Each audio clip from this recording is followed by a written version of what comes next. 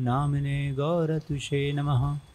हे कृष्ण करुणा सिंधो दीनबंधो जगत्पते गोपेश गोपिका कांत राधा कांत नमोस्तुते। तप्त कांचन गौरांगी राधे वृंदावनेश्वरी वृषभानुसुते देवी प्रणमामि हरिप्रिये। वाञ्छाकल्पतरुभ्यश्च कृपा सिन्धुभ्य एव च पतितानां पावनेभ्यो वैष्णवेभ्यो नमो नमः।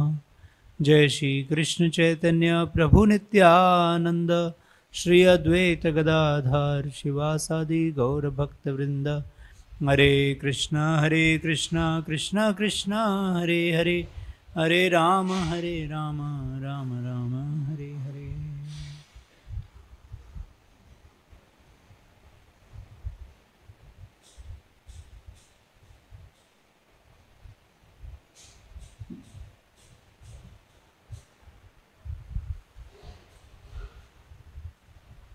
हरे कृष्णा। आज हम श्रीमद् भागवतम के 7वें स्कंद के पहले अध्याय के 3रे श्लोक की चर्चा करेंगे।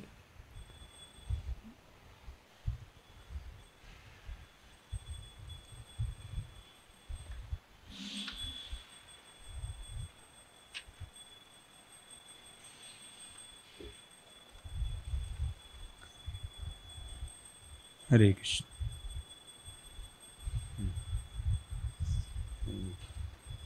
एक ना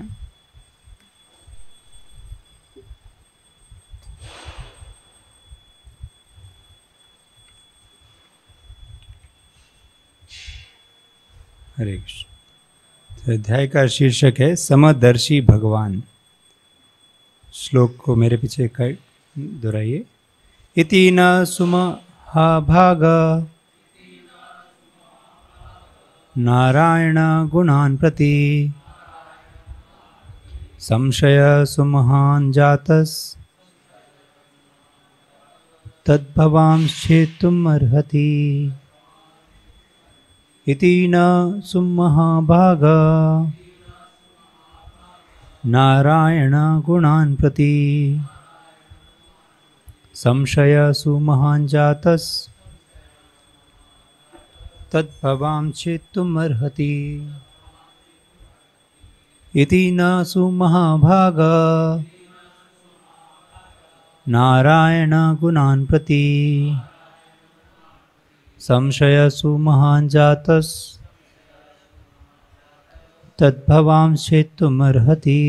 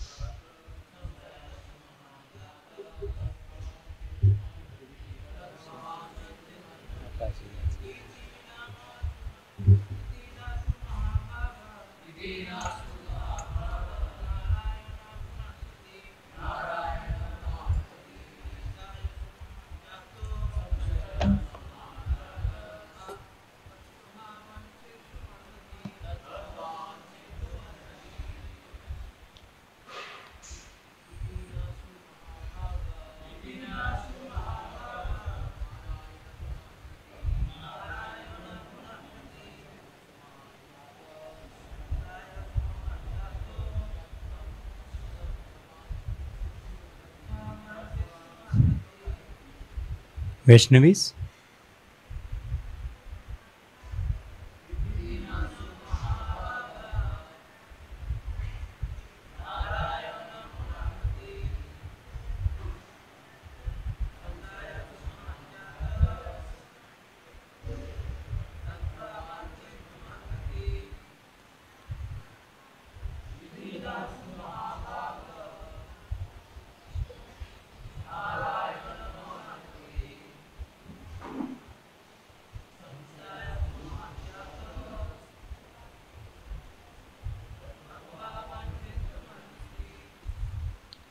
शब्दार्थ अनुवाद और तात्पर्य श्रील ऐसी भक्ति वेदांत स्वामी श्रील प्रभुपाद द्वारा श्रील प्रभुपाद जी की जय।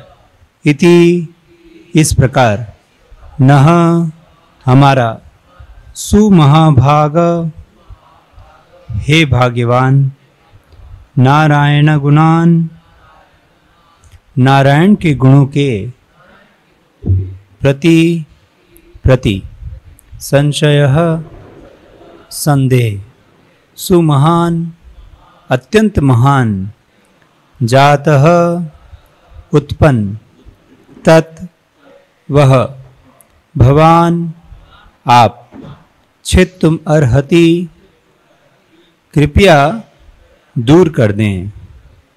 अनुवाद। हे सौभाग्यशाली एवं विद्वान ब्राह्मण, यह अत्यंत संदेहास्पद विषय बन गया है कि नारायण पक्षपातपूर्ण हैं या निष्पक्ष हैं। कृपया निश्चित साक्ष्य द्वारा मेरे इस संदेह को दूर करें कि नारायण सर्वदा पक्षपात रहित तथा सबों के प्रति सम हैं। तात्पर्य। चूंकि भगवान नारायण परम हैं, अतएव उनके दिव्य गुणों का वर्णन एक सा है।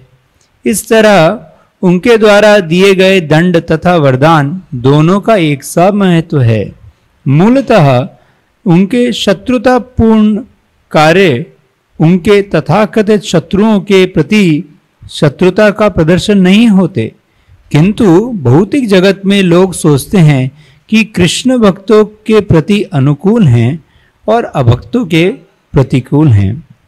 जब भगवद गीता में कृष्ण अंतिम रूप से सर्वधर्मान परित्यज्य मामेकम शरणम व्रजा का उपदेश देते हैं, तो यह केवल अर्जुन के लिए ही नहीं है, अपितु इस ब्रह्मांड के प्रत्येक जीव के लिए है।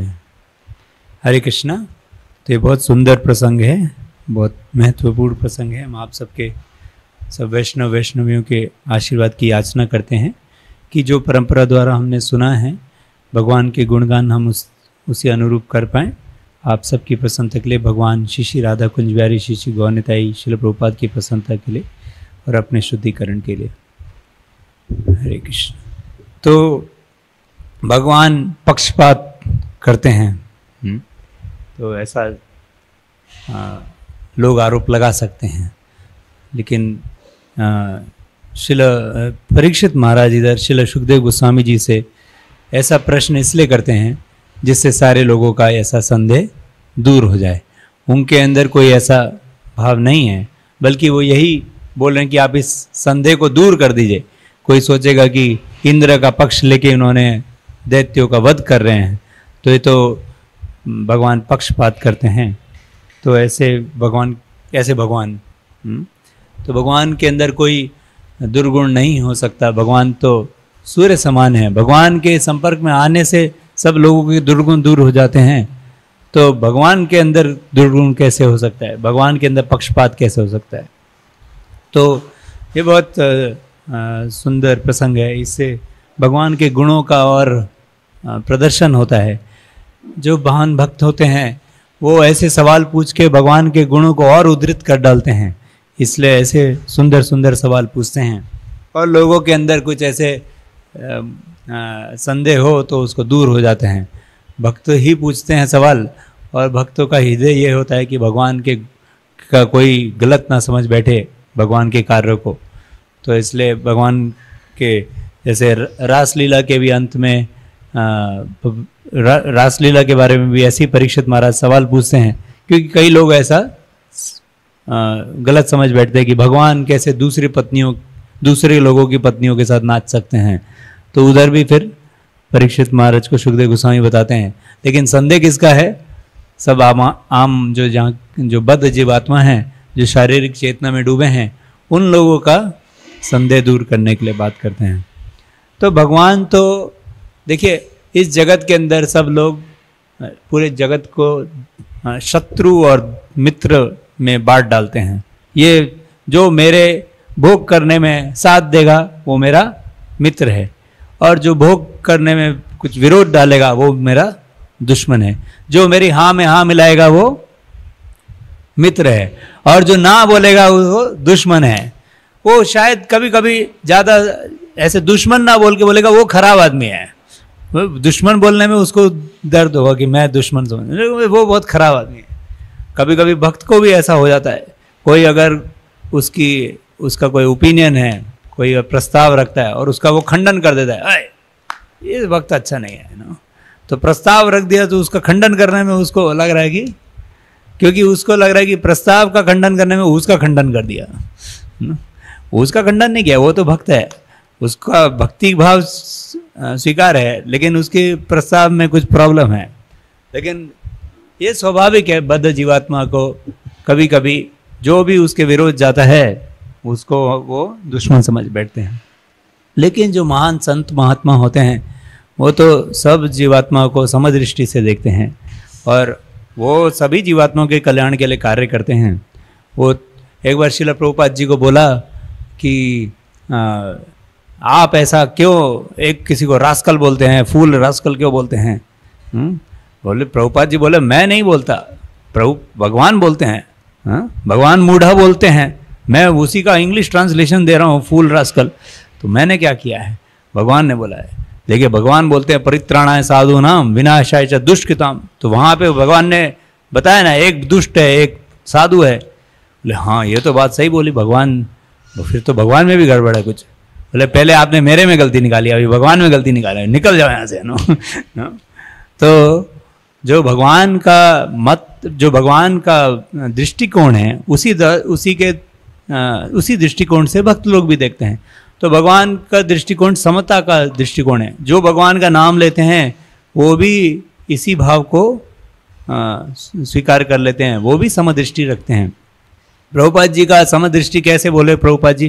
प्रभुपाद बोले मैं ये नहीं बोलता कि किसी से भी ले सकते हो, मैं फूल रास्कल किसको बोलता हूँ? कोई पाखंडी आदमी है वो अपना गलत धारणा बता रहा है लोगों को, उसको मैं खंडन करता हूँ, क्योंकि उसके कारण लोग अज्ञानता में पड़े रहेंगे।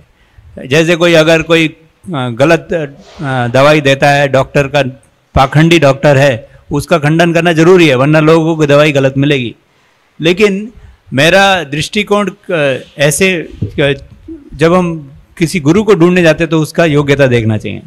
लेकिन प्रभुपाद जी बोले कि जब मैं ज्ञान देने चला हूँ, सब लोगों को भक्ति देने चला हूँ, तो मैं सबको दे रहा हूँ। मैंने ये नहीं सोचा ये हिप्पी लोग हैं, ये अमेरिका के हैं, ये सब नहीं, सबको देने की इच्छा है मेरे को। जो भी लेने की इच्छा रखे उसको देने को मैं मैं तैयार हूँ। तो जो भगवान हैं, उनके भक्त हैं, उनमें कोई भेदभाव नहीं होता, वो तो ये सब चीज़ों के ऊपर उठ चुके हैं नो। अहम वेति, ये लघु चेतसाम नो बोलते हैं कि कोई बोलते हैं कि ये मेरा है ये तुम्हारा है, ये सब छोटी चेतना है। सर्वे भवन्तु सुखिनः सर्वे सन्तु निरामया, उनका तो भाव रहता है कि सब जीवात्माओं का कल्याण ही हो। तो भगवान के अंदर ये दोष होता ही नहीं, क्योंकि भगवान इस भौतिक शरीर के स्तर पे या मन के स्तर पे नहीं जीते हैं। भौतिक उनके अंदर अहंकार नहीं है, वो तो दिव्य पुरुष हैं, उनके वो आत्मा के स्तर पे नित्य निवास करते हैं। तो उनमें ये है ही नहीं दोष। जिस तरह सूर्य के अंदर अंधकार नहीं हो सकता, सूर्य को पता ही नहीं अंधकार क्या होता है। सूर्य को पूछे अंधकार क्या है, बोले पता नहीं भाई, कभी देखा ही नहीं। जहाँ सूर्य जाते हैं वहाँ अंधकार नहीं रहता। तो उसी तरह भगवान जहाँ जाते हैं वहाँ पे प्रेम ही प्रेम है, कोई पक्षपात हो ही नहीं सकता। हाल ही में ये एक्चुअली अभी यही प्रसंग वहाँ पे भी चल रहा है, तो बहुत सुंदर ये उदाहरण हमारे को श्री चैतन्य चंद्र बता रहे थे, बहुत मतलब रोचक उदाहरण है। बोले जैसे कोई देवी देवता हैं, उनको कॉन्स्टिपेशन का पता ही नहीं है, क्योंकि वहाँ पे विष्ठा ही नहीं करनी होती, तो कॉन्स्टिपेशन भी नहीं पता। तो उसको पूछेंगे कॉन्स्टिपेशन क्या, पता नहीं भैया क्या होता है। तो इसी तरह भगवान को पक्षपात करना क्या होता है वो ही नहीं पता है, तो उनके अंदर पक्षपात की धारणा कैसे आ सकती है? उनका कोई पक्ष ही नहीं है, वो तो सभी जीवात्माओं के नो ईश्वर सर्वभूतानाम, वो सुहृदम सर्वभूतानाम, सिर्फ ईश्वर ही नहीं, वो तो सबके सुहृद हैं। भगवान श्रील प्रभुपाद जी एक प्रवचन में बताते हैं सुहृद का अर्थ क्या है। सुहृद का अर्थ देखिए अनेक शब्दों से जो मित्र होता है उसका संबोधन होता है। कहीं मित्र बोलते हैं, बंधु बोलते हैं, लेकिन सुहृद किसको बोलते हैं? हार्ट टू हार्ट फ्रेंड, जो दोस्त दिल से दिल मिल के दोस्त हो। और उधर उसका व्याख्या करते हैं प्रभुपाद जी, बोलते हैं कि जो सुहृद होता है वो उसने ठान लिया है, चाहे आप मेरे साथ कैसा भी व्यवहार करो मैं तो आपका कल्याण ही करूँगा, ऐसा व्यक्ति सुहृद होता है ना। तो ऐसे भगवान हैं, तो ऐसे भगवान कैसे कभी पक्षपात कर सकते हैं? तो देखिए भगवान बताते हैं भगवद गीता में, ये यथाम माम प्रपद्यन्ते ताम तथैव भजाम्यहम्। तो भगवान बता रहे हैं जैसा मेरे साथ कोई आदान प्रदान करने की इच्छा रखता है वैसा ही मैं उसके साथ आदान प्रदान करता हूँ, मेरे अंदर कुछ नहीं ऐसा पक्षपात। तो भगवान सबके साथ उनके हृदय अनुसार, उनके इच्छा अनुसार उनके साथ आदान प्रदान करते हैं। जैसे अभी हाल ही में परम पूज्य भक्ति प्रेम महाराज कथा दे रहे थे, तो इसी प्रसंग के इसी विषय पे चर्चा चल रही थी। बोल रहे थे कि कोई दुकानदार है, अभी दुकानदार को कोई 20 रुपये देता है और कोई 200 रुपये देता है, तो 20 रुपये वाले को साधारण चावल दे देते हैं, हाँ, और 200 रुपये वाले को बासमती राइस दे देते हैं। अभी उसने क्या गलती किया? उसने कोई गलती नहीं किया, जिसने जितना दिया उसके हिसाब से उसको राइस मिला, उसको चावल मिला।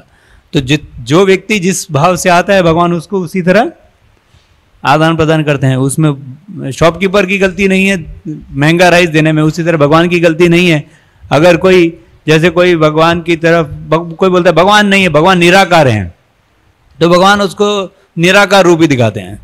वो बोलते हैं कि अभी भगवान बताते हैं क्लेशो अधिकतरस्तेषाम, नो, कि अगर कोई निराकार की उपासना करता है तो उसको बहुत क्लेश मिलता है, लेकिन जो भक्ति करता है उसके लिए मैं खुद ही आ जाता हूँ, नो, तेषाम अहम समुद्धरता, मैं खुद आके करता हूँ। तो कोई बोलेगा ये कैसे, ऐसा अच्छा नहीं है भगवान, ये आपने पक्षपात किया। लेकिन वो बोलता है कि भगवान आप तो अस्तित्व ही नहीं है, आप बस ब्रह्म ज्योति ही है।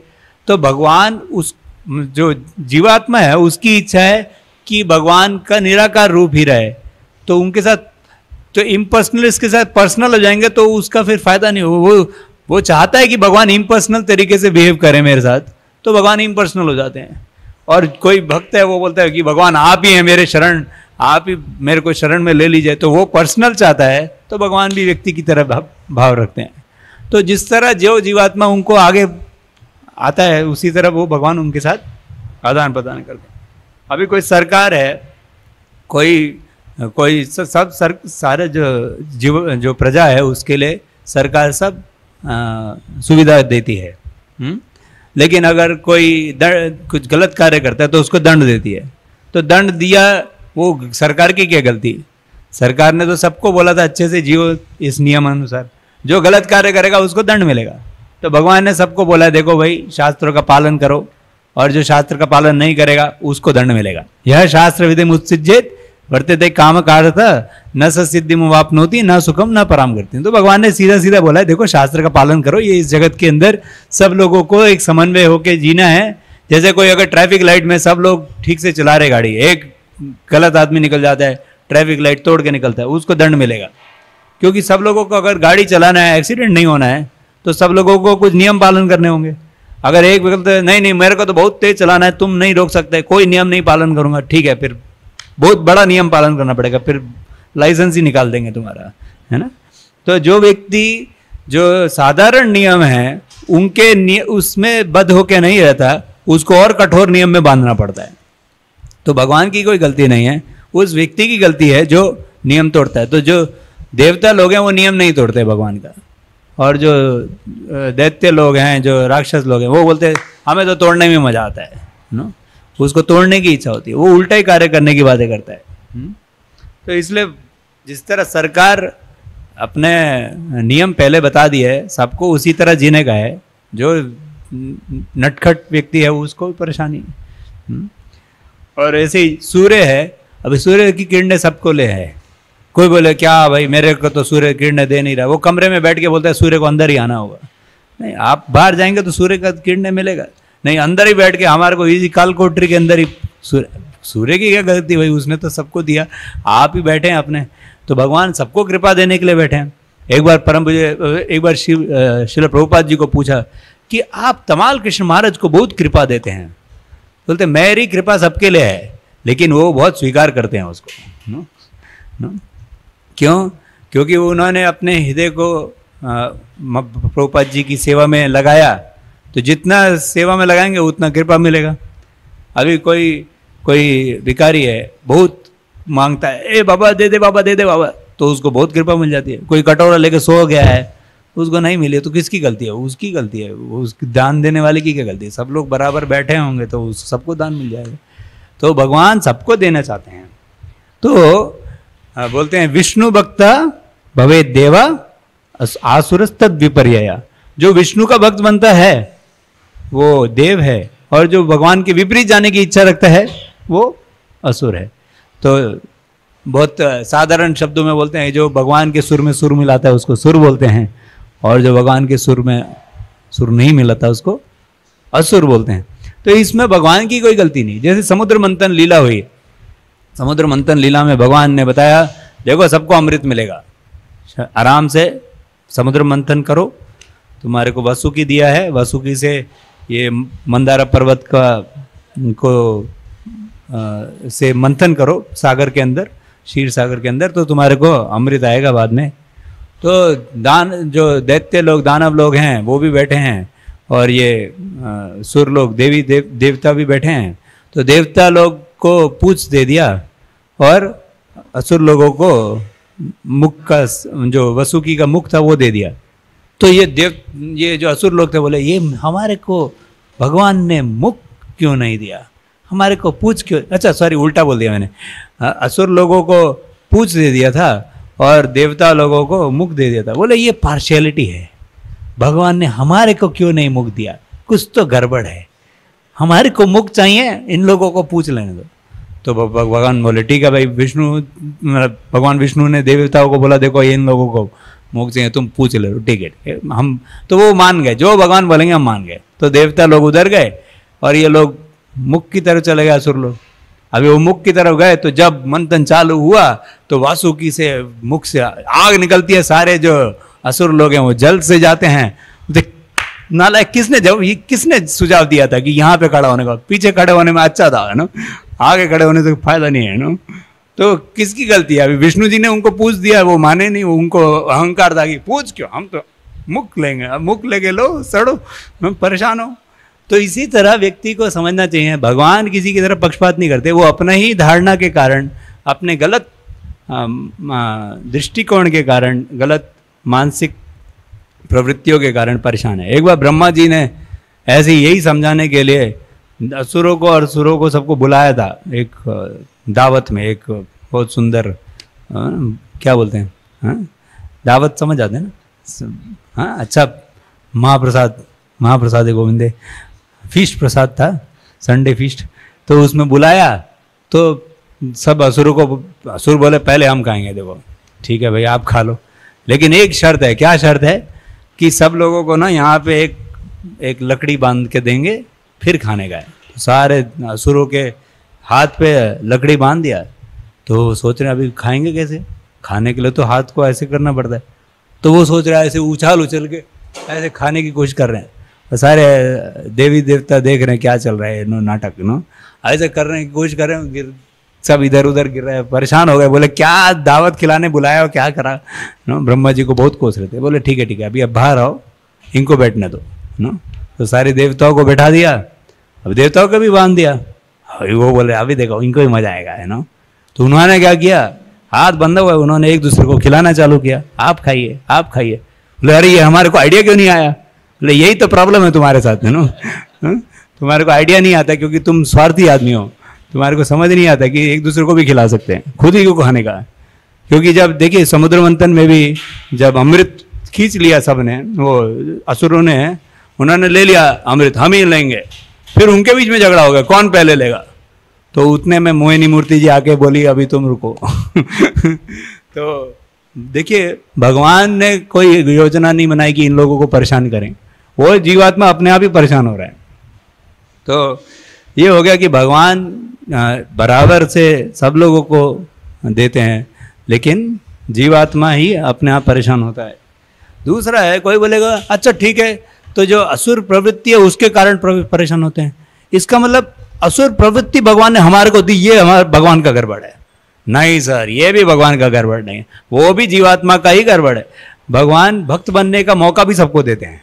भगवान बताते हैं समोहम सर्व, जय श्री श्री राधा कुंज बिहारी जी की जय, श्री श्री गौर निताई की जय, शिल प्रभुपाद की जय। भगवान बताते हैं भगवद गीता में समोहम सर्वभूतेषु न मे द्वेष्यस्ति न प्रियः ये भजन्ति तो माम भक्त मैते तेषु चाप्यम। तो पहले बताते सब बराबर है, फिर बोलते कि जो भक्त है उसके लिए मैं पहले खुद से आता हूँ। अरे पार्शियल है या इम्पार्शियल है भगवान? पक्षपात कर रहे हैं, लास्ट में पक्षपात कर दिया। पहले बोले कि सबके लिए बराबर हूं, कोई मेरा प्रिय नहीं है, लेकिन फिर बोलते हैं जो मेरा भक्त बनता है उसके लिए मैं। तो उसका मतलब क्या है? भगवान बोल रहे हैं तुम मेरा भक्त बन सकते हो ना, कोई भी भक्त बन सकता है। भगवान ने ये नहीं बोला कि ये भक्त बन सकता है, इसको मैंने तो ब्लैक लिस्ट कर दिया, ये कभी भक्त बन ही नहीं सकता। किसी को भी भक्त बनने का पूरा मौका है। जैसे हम देखते हैं लीला के अंदर, अभी विभीषण भक्त बन गए भगवान के, तो उनको भगवान ने स्वीकार कर लिया। हाँ, सारे जो वानर लोग थे, हनुमान जी के अलावा बाकी लोग थोड़े से डरे हुए थे, अरे ये तो जो दुश्मन है उसका साथी है, उसका भाई है, कुछ गड़बड़ कर सकता है। भगवान बोले अरे तुम्हारे को क्या डर लगता है, कोई भी मेरे को सरेंडर करेगा तो मैं उसका जो शरणागति उसको देना मेरा धर्म बनता है। सक्र देव प्रपन्नयम तब अस्मि इति याचते। अगर कोई एक बार भी मेरे को बोलता है कि मैं आपका हूँ, मुझे उसको शरण देना है, ये मेरा धर्म है। तो विभीषण को तो क्या, आज अगर रावण भी आ गया और माफी मांग लेता है उसको भी शरण दे दूंगा। तो किसी को ऐसा ब्लैक लिस्ट नहीं किया भगवान ने, ये इसने गड़बड़ किया ना, अभी इसको हमेशा के लिए फिनिश, है ना, इसका कुछ उद्धार नहीं हो सकता। और प्रहलाद को भी ऐसे स्वीकार किया, ये नहीं सोचा ये हिरण्यकशिपु का पुत्र है, इसको तो कुछ नहीं स्वीकार करेंगे। तो बल्कि देवता लोग सोच रहे थे कि ये हिरण्यकशिपु का पुत्र है, इसको कोक में ही मार डालते हैं, ये जैसे ही पैदा होगा ना तब मार डालेंगे। कोक में नहीं मारने का बात कर रहे थे, पैदा होने के बाद, क्योंकि एबॉर्शन करना उनके संस्कृति में नहीं आता। बोले जैसे ही पैदा होगा तभी मार डालेंगे, इसलिए वो उनकी माँ को कैद में रखा था, उन्होंने कैद में रखने का सोच रहे। लेकिन नारद मुनि बोले अरे ये महाभागवत है। तो प्रहलाद महाराज भक्त बन गए, असुर के कुल में पैदा हुए, और वो खुद ही भक्त नहीं बने, असुर के सारे बेटों को भक्त बना दिया। उससे तो बहुत ही उत्तेजित हो गए सारे, अरे हमारा पूरा जाति का नाम नष्ट कर दिया नाम खराब कर दिया हमारे असुर। वो बोलते किस दुश्मन ने तुम्हारे को ये गलत पाठ पढ़ाया एक्चुअली उनको भक्त बनाया तो सही चीज पढ़ाया, किसने तुम्हारी बुद्धि भ्रष्ट कर दी है? वो उनको उल्टा ही दिखता है, किसी ने बुद्धि सुधार दी तो लगता है कि बुद्धि भ्रष्ट कर दी, और उल्टा पाठ पढ़ाते हैं कि हम तुम्हारे को दोस्त और दुश्मन देखना चाहिए। सब पॉलिटिक्स सिखाते हैं लोग, हाँ? लेकिन वो क्या सोचते हैं कि सब जीवात्माओं का कल्याण होना चाहिए। इतना तक कि जब हिरण्यकशिपु का वध कर दिया भगवान ने, हिरण्यकशिपु प्रहलाद को मारने के लिए हर तरीके से उत्सुक थे, लेकिन प्रहलाद ने क्या सोचा कि इनको कैसे हम भगवान की तरफ अग्रसर करें। तो भगवान से प्रार्थना करी कि अगर आप चाहें तो मेरे पिताजी को उनके जितने उन्होंने पाप किए अपराध किए उसके लिए माफ कर दीजिए। और भगवान बोलते हैं हे प्रहलाद, आपकी भक्ति के कारण आपके पिता क्या 3 × 7 सप्तमी पिता पूता, वो सबका पूता मतलब शुद्ध हो गए वो सब। 21 जनरेशन 21 पीढ़ियां तर गई हैं आपके पिताजी का तो बात ही क्या। तो इसलिए भगवान का जो भक्त है वो कभी ये नहीं सोचता कि जो लोगों ने मेरे साथ अत्याचार किया था उनके साथ कुछ तो भगवान गलत कर डाले, बल्कि ध्रुव महाराज के अंदर द्वेष भावना के साथ वो आए थे भगवान की पूजा में, भगवान के भजन में, लेकिन भगवान का भजन करते करते उनकी द्वेष भावना ही चली गई। इससे पहले इस 6ठे स्कंद में हमने चर्चा सुनी कि दीति द्वेष भावना से भगवान की सेवा करने चली, और वो पुंसवन व्रती ऐसा वो भगवान की सेवा करते करते उनका द्वेष भाव ही हट गया, इंद्र का भी द्वेष भाव हट गया, सब लोग। तो भगवान की भक्ति इतनी सुंदर है, इसीलिए वो श्लोक भगवान प्रहलाद महाराज बताते हैं 5वें स्कंद के हरिवर्ष के अंदर नरसिंह देव की आराधना करते हुए, स्वस्ति अस्तु विश्वस्य खला प्रसीदताम ध्यायन्तु भूतानि शिवम मिथोदिया मनश्च भद्रम भजता ददोक्षजे आवेश्यताम नो मतिरपीय हेतु की। स्वस्ति अस्तु विश्वस्य, पूरे विश्व का कल्याण हो, सुअस्ति सुअस्ति, सब सुखी जीवन जिए। स्वस्ति अस्तु विश्वस्य खला प्रसीदताम, जो खला है, जो ईर्ष्यालु व्यक्ति है उसका भी वो भी शांत हो जाए, उसका ईर्ष्या। ईर्ष्यालु व्यक्ति की तरफ भी कल्याणकारी भाव रखते हैं भक्त। और फिर क्या बोले, स्वस्ति अस्तु विश्वस्य खला प्रसीदताम ध्यायन्तु भूतानि शिवम मिथोदिया। शिवम मिथोदिया, जो जब भगवान की भक्ति में लगते हैं तो सब जीवात्मा एक दूसरे के लिए शिवम कल्याणकारी भाव रखते हैं। मिथोदिया, एक दूसरे का कल्याण हो, आपका भी कल्याण हो, सब एक दूसरे को प्रेम करते हैं। ऐसा भाव कैसे आता है? आवेश ध्यायन्तु भूतानि शिवम मितोदिया मनश्च भद्रम, ऐसा भद्र मन, मनश्च भद्रम भजताद अधोक्षजे, जब अधोक्षज का भजन करते हैं, भगवान कृष्ण का भजन करते हैं, भजताद अधोक्षजे आवेश्यताम नो मति अपि अहेतुकी, और भगवान के भक्ति में मन पूरी तरह आवेश हो जाता है, तब व्यक्ति का भाव ऐसा होता है कि सब जीवात्मा का कल्याण चाहता है। तो प्रहलाद महाराज चाहते थे हिरण्यकशिपु का भी कल्याण हो। तो भगवान के कोई दुश्मन को भी बेटा पैदा होता है, अगर वो भगवान की भक्ति करता है तो, मतलब भगवान का कोई दुश्मन नहीं है, लेकिन जो भगवान से दुश्मनी करता है, सॉरी, भगवान से जो दुश्मनी रखता है, सोचता है कि ये भगवान मेरे शत्रु हैं, विष्णु को मार देने के लिए बात करते थे हिरण्यकशिपु कि हिरण्याक्ष मेरे भाई का, वो एक्चुअली अपना पक्षपात रखता था कि ये मेरे भाई का। एक्चुअली भाई ने बोला था वरादेव से लड़ाई करने को, वरादेव नहीं आए थे कि मैं लड़ने आया हूँ। तो जो भी अभी वो दीति बोलती है, देखो इंद्र का पक्ष लेके भगवान ने मेरे बेटे को मार दिया। एक्चुअली किसने पहले गलती करी उसको देखना चाहिए, लेकिन उसको माँ के भाव में सिर्फ अपने बेटे तो अच्छे हैं नो। तो भगवान तो कभी पक्षपात नहीं करते, हिरण्यकशिपु को भी कल्याण किया, बल्कि हिरण्यकशिपु के साथ भी आदान प्रदान कर रहे हैं। भगवान ने उसको स्वयं मारा और उसके क्या बोलते हैं अंतराल से अपने को गार्लैंड कर लिया। अभी कौन किसी के खून वाले भरे हुए अंतराल से किसका गार्लैंड, भगवान गार्लैंड करेंगे क्या? कभी हम गार्लैंड कर सकते हैं भगवान को? लेकिन भगवान ने स्वयं स्वीकार किया उसका, तो भगवान तो उसको बहुत उनसे, क्योंकि वो तो जय विजय हैं, तो भगवान ने तो उनसे आदान प्रदान किया। उनकी जिस कुर्सी पे हिरण्यकशिपु बैठते थे उस पे बैठ गए वो। तो कभी भगवान को हम पुराना सिंहासन नहीं देते हैं, लेकिन वो हिरण्यकशिपु के उस पे बैठ गए। तो भगवान सबके साथ आदान प्रदान करते हैं और कोई भी भक्त बन सकता है उनका, जैसे प्रहलाद बन गए, विभीषण बन गए, बलि महाराज बन गए, तो उनको महाजन बना दिया उन्होंने। तो भगवान किसी को भी भक्त बनने का अवसर देते हैं। और अगर कोई उनका ही पुत्र है लेकिन उनके विरुद्ध है तो उसको खत्म कर देते हैं। जैसे भूमि देवी से पुत्र पैदा हुआ भौमासुर, लेकिन वो असुर बन गया, तो फिर उसको खत्म कर दिया। ये नहीं कि ये मेरा बेटा है तो इसको रहने दो इधर, उसको भी खत्म कर दिया। तो भगवान सबको बराबरी से भक्त बनने का चांस देते हैं, और अगर कोई उनका ही अपना पुत्र है लेकिन वो भक्त नहीं है उसको भी खत्म कर देते हैं। तो इसमें कोई पक्षपात नहीं है। और एक और रोचक चीज है, भगवान किसी को भी अहेतुकी कृपा दे सकते हैं, उस पर कोई रूल नहीं लगा सकता आपने इनको क्यों दे दिया। तो श्री चैतन्य चंद्रप्रभु एक सुंदर कथा बता रहे थे। एक जगह है वहाँ पे राघवेंद्र स्वामी जी की समाधि है नो, तो वहाँ पे मंत्रालय में, तो वहाँ पे ये 1671 की बात है कि वहाँ पे समाधि बनाई गई। 130 वर्ष के बाद वहाँ पे ब्रिटिश लोगों ने क्या किया, वहाँ पे एक लैंड सीलिंग एक्ट ले लिया। लैंड सीलिंग एक्ट का मतलब है कि जो भी 5 एकड़ के ऊपर जमीन होगी वो सब सरकार की हो जाएगी। तो गौरांग प्रभु बोलते हैं कि ये लैंड सीलिंग एक्ट नहीं, ये लैंड स्टीलिंग एक्ट है। तो उसको जब्त करने के लिए सरकार के लोग आ गए।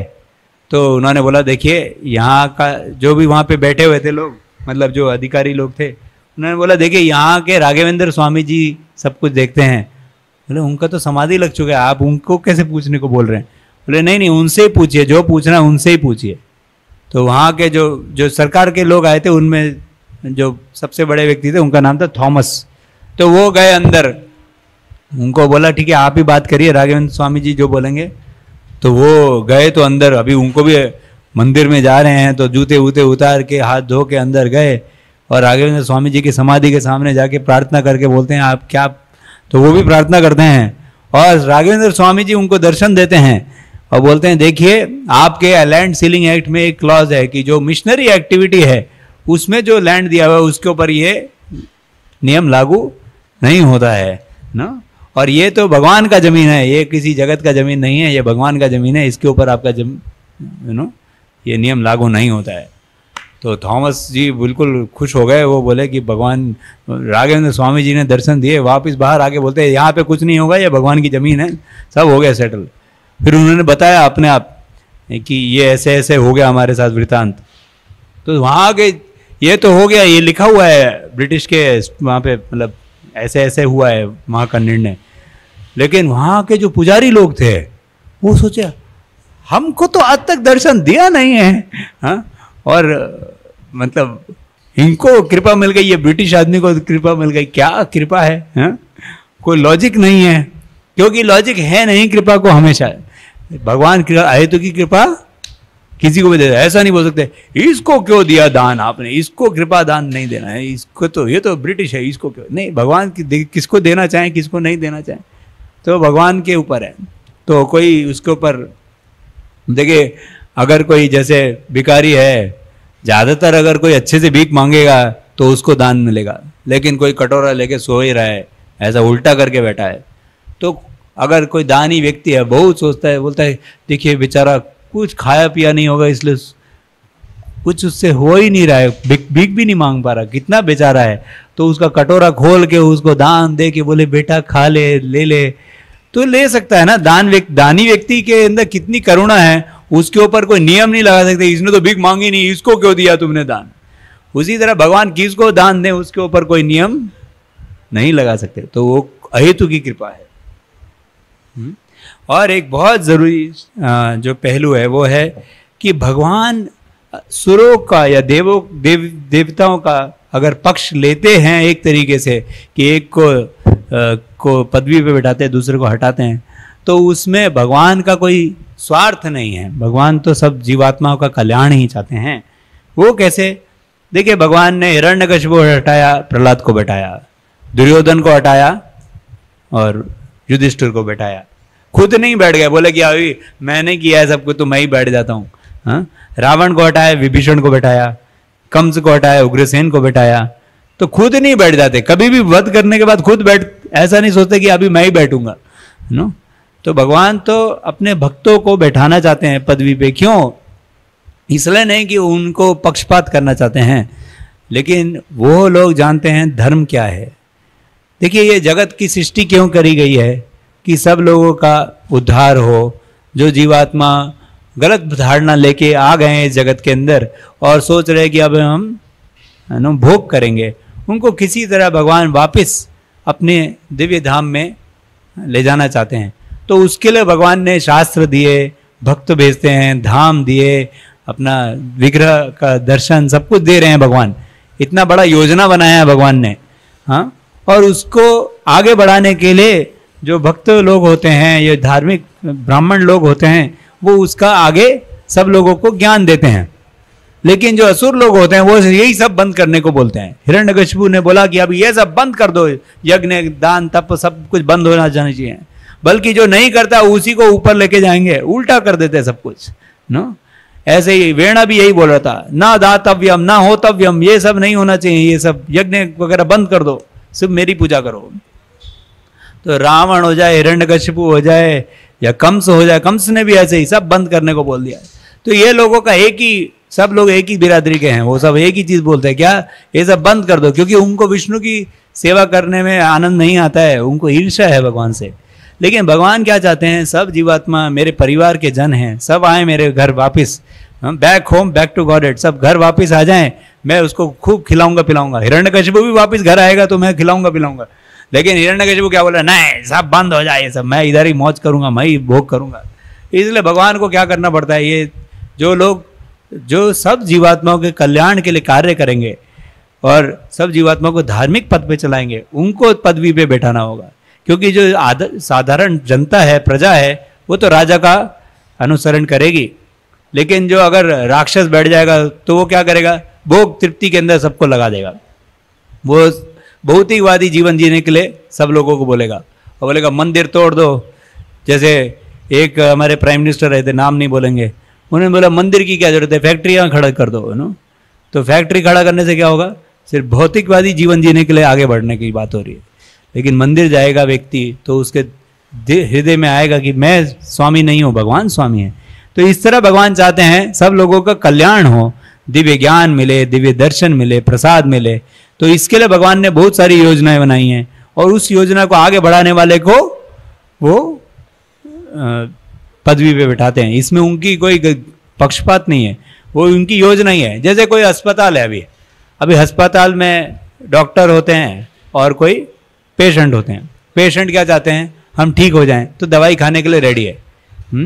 अभी कोई गुंडे लोग आ जाएं, डॉक्टर को मारने लग जाएं या दवाई की जगह जहर पी देने लग जाएं, तो क्या उसको अंदर ही रखना चाहिए या उसको बाहर निकाल देना चाहिए? उसको तो बाहर निकाल देना चाहिए, क्योंकि वो तो पूरे जो हॉस्पिटल का जो कार्य है वो उसी को उल्टा पुल्टा कर रहा है। उसी तरह जो ये सारे जो असुर लोग होते हैं, वो इस जगत का ये जो हॉस्पिटल है बड़ा, जिसके अंदर भगवान सबको सुधारने में लगे हुए हैं, उसी को अंदर लोगों को भगवान का सेवा देने की जगह उनके विपरीत ले जाने के लिए बात करते हैं। और सारे भगवान के जो भक्त हैं उनको मारने की बातें करते हैं। वही डॉक्टर भेजा भगवान ने, उसी को मारने की बातें कर रहे हैं। तो फिर वो जो भगवान का इस जगत को बनाने का उद्देश्य है वही खराब हो जाएगा।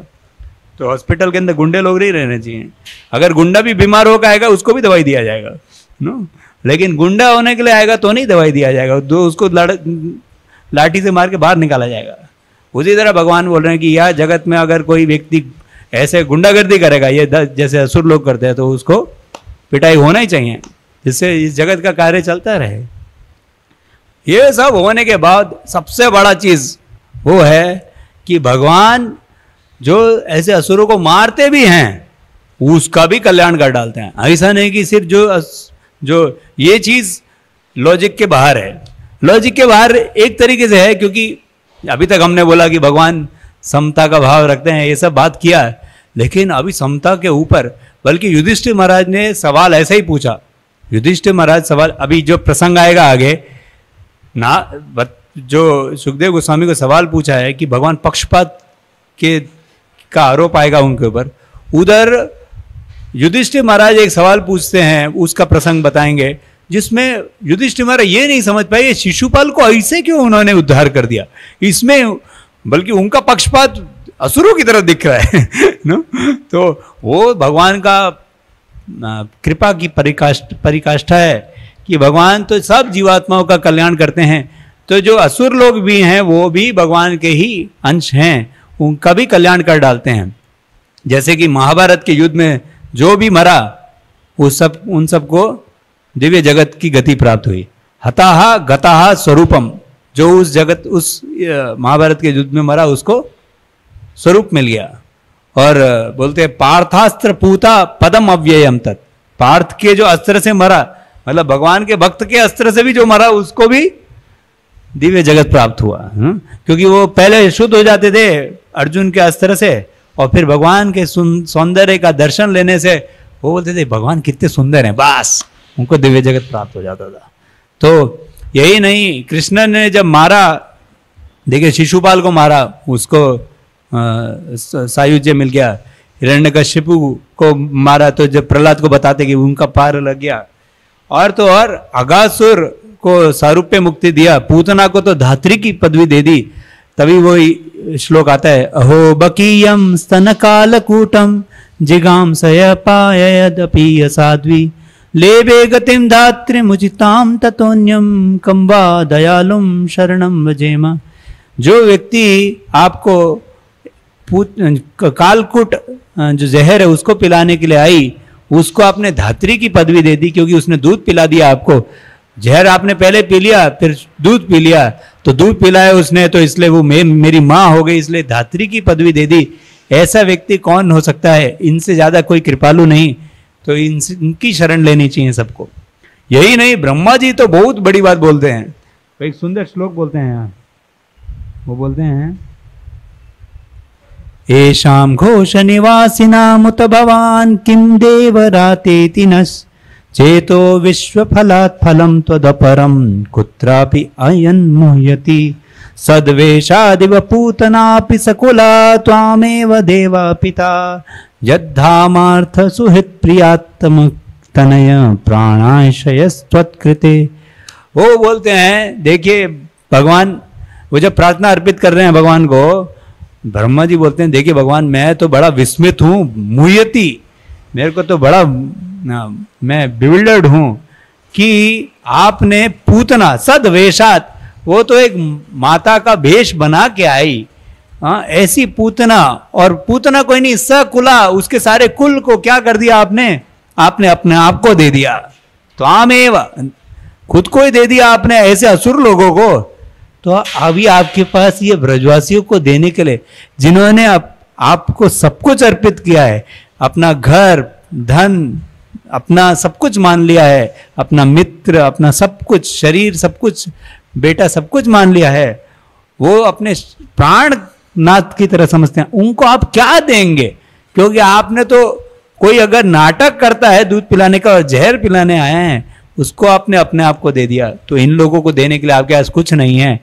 मेरा निष्कर्ष यह है कि आप इन लोगों के हमेशा के लिए ऋणी रह जाएंगे, क्योंकि आप इनको कुछ दे नहीं पाएंगे। आपका हृदय का भाव इतना सुंदर है कि आप, कोई अगर गलती से जहर पिलाने के साथ दूध पिला देता है, उसको तो खुद को सौंप देते हैं, माता की पदवी दे देते हैं। तो इन ब्रजवासियों ने तो जो सब कुछ दे दिया, अपने हृदय के भाव, प्रेम के भाव से दे दिया।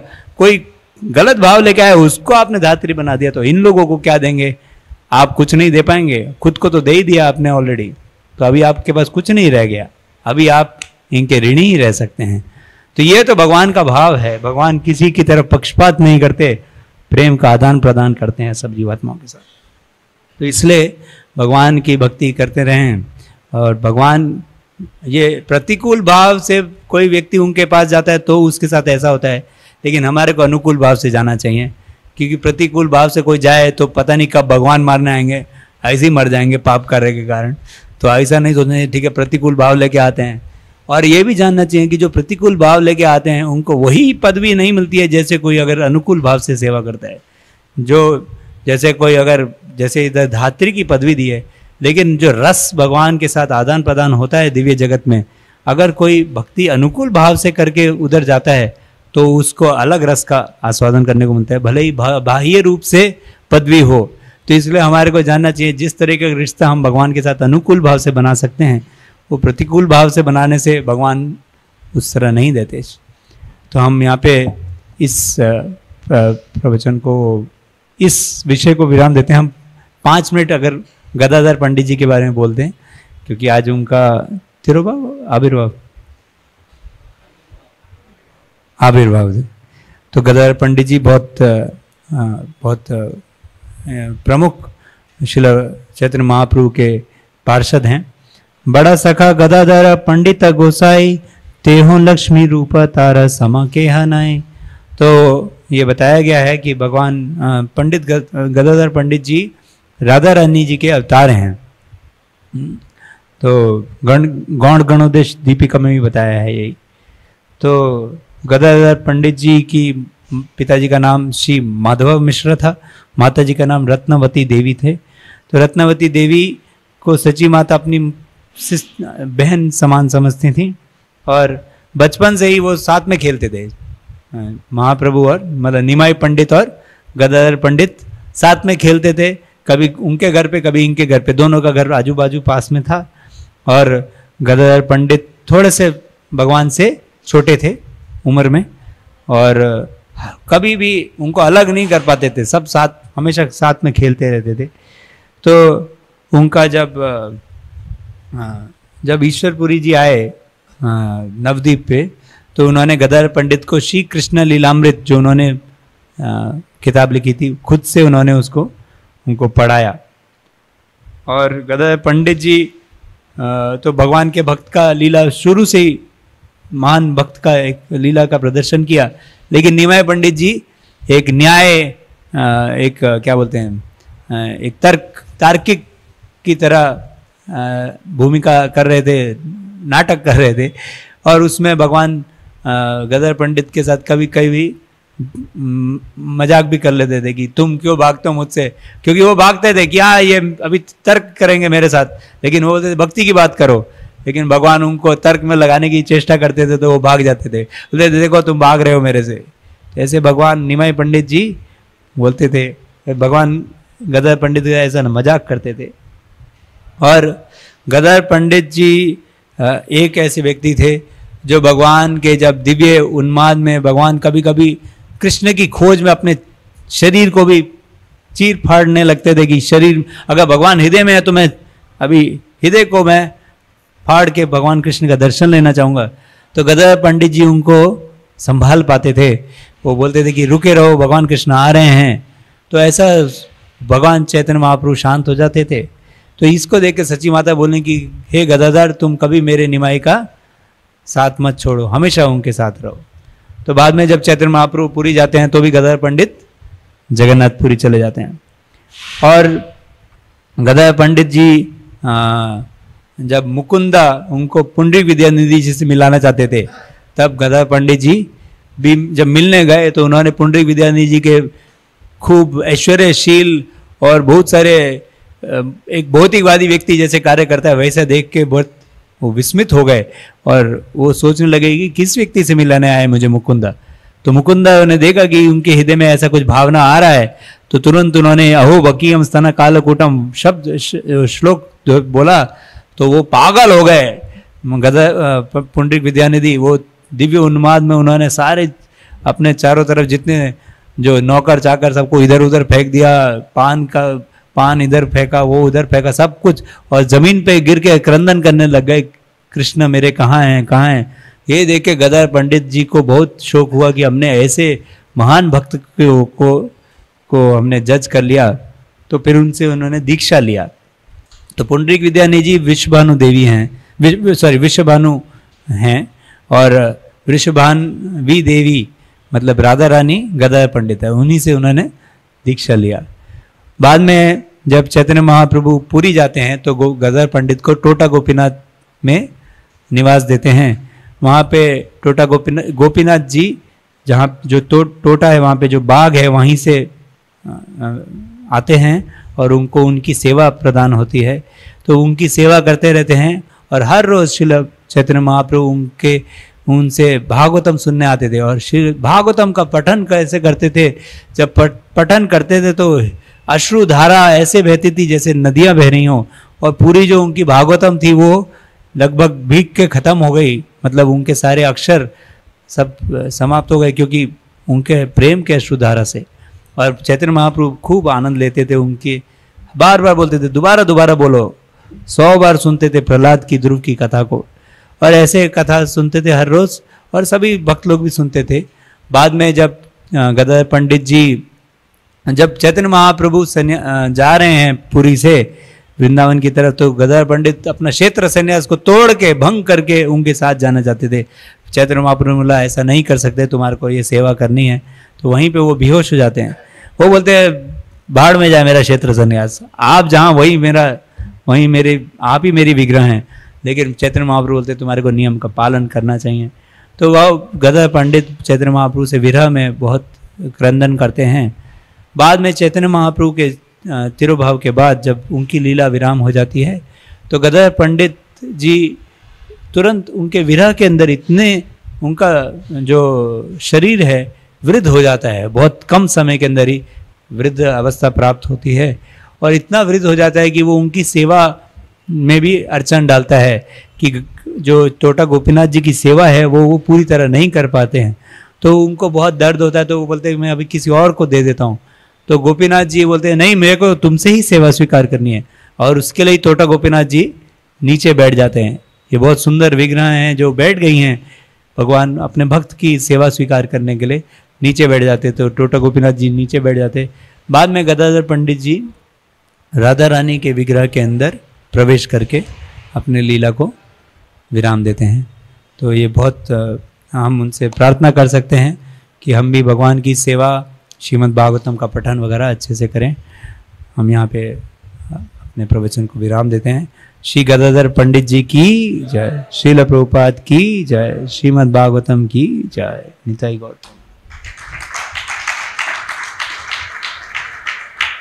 हरे कृष्ण। प्रश्नों के लिए तो समय नहीं, बहुत लंबा है।